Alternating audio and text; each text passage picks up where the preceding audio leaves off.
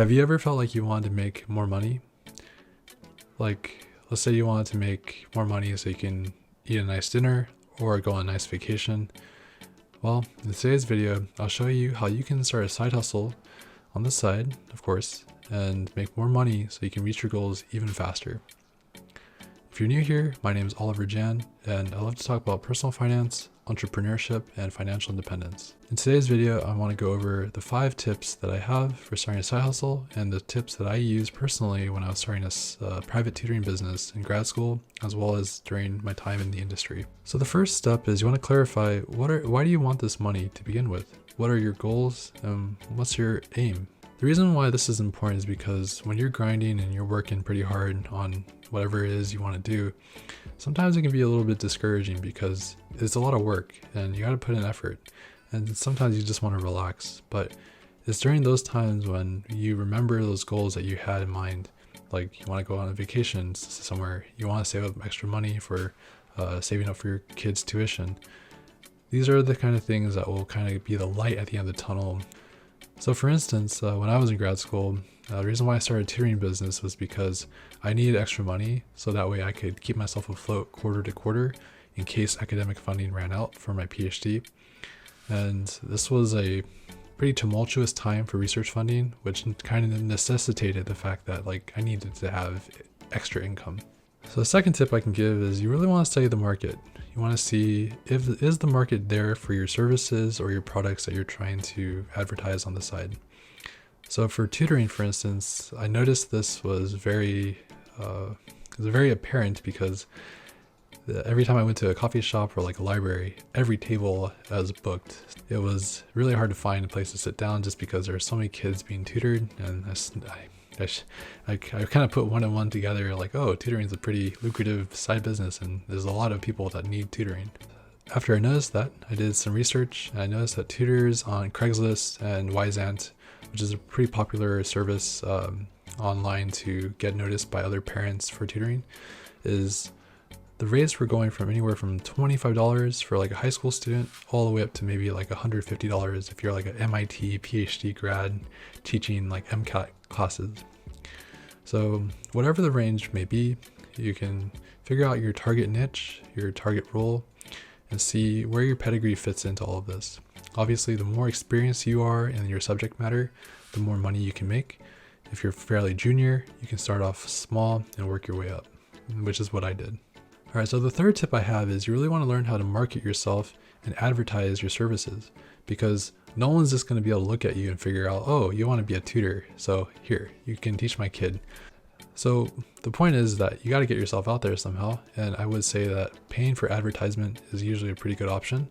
Back then, at least Craigslist, when I was offering my tutoring services, it was free to advertise, which was really nice.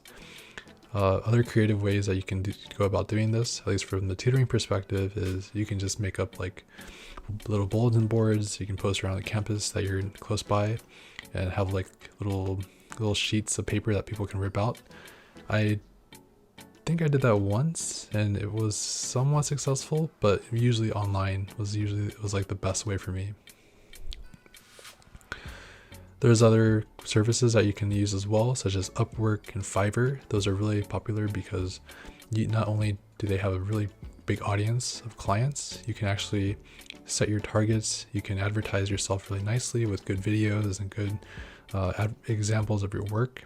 So it's there's a lot of marketing involved in all of this, and it's actually really critical because you got to be able to sell yourself in this market. So the fourth tip I have is you really want to figure out, do you really have the time for this? And if you do, set out the time, look at your calendar, and block out periods of time so you just focus on your craft, whatever it is, and set aside a decent chunk of time just to focus on maybe the planning of the business, the execution of the business.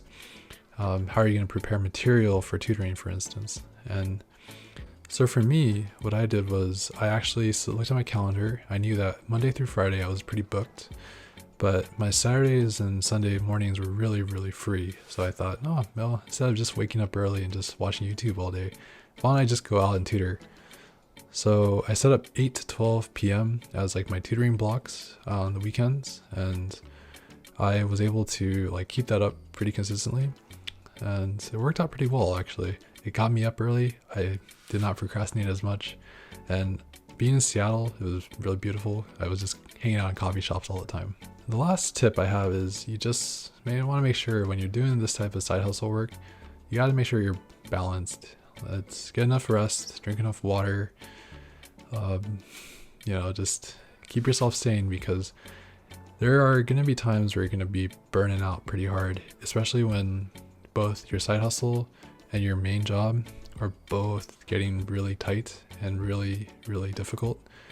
So like in crunch periods, like when I was writing my thesis or when we have a product launch, and I also have like a bevy of tutoring clients to work with, it can get really stressful, and it's really important to maintain like good habits during those periods of time, like stress relief habits. So make sure to like, you can meditate, you can drink water, of course, you can exercise, eat healthily or more healthy if possible, and yeah, just stay sane. I mean, that's one of the biggest things.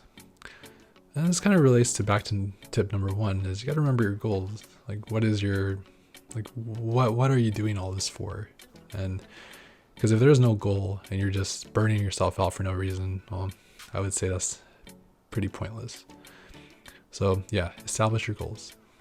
That just about does it for me. And I just want to share this real quick because I know side hustling it's kind of fun. At least in my perspective, it's been really fun. It's been like a really cool part of my life that it's always like so much more interesting to talk about whenever I meet people.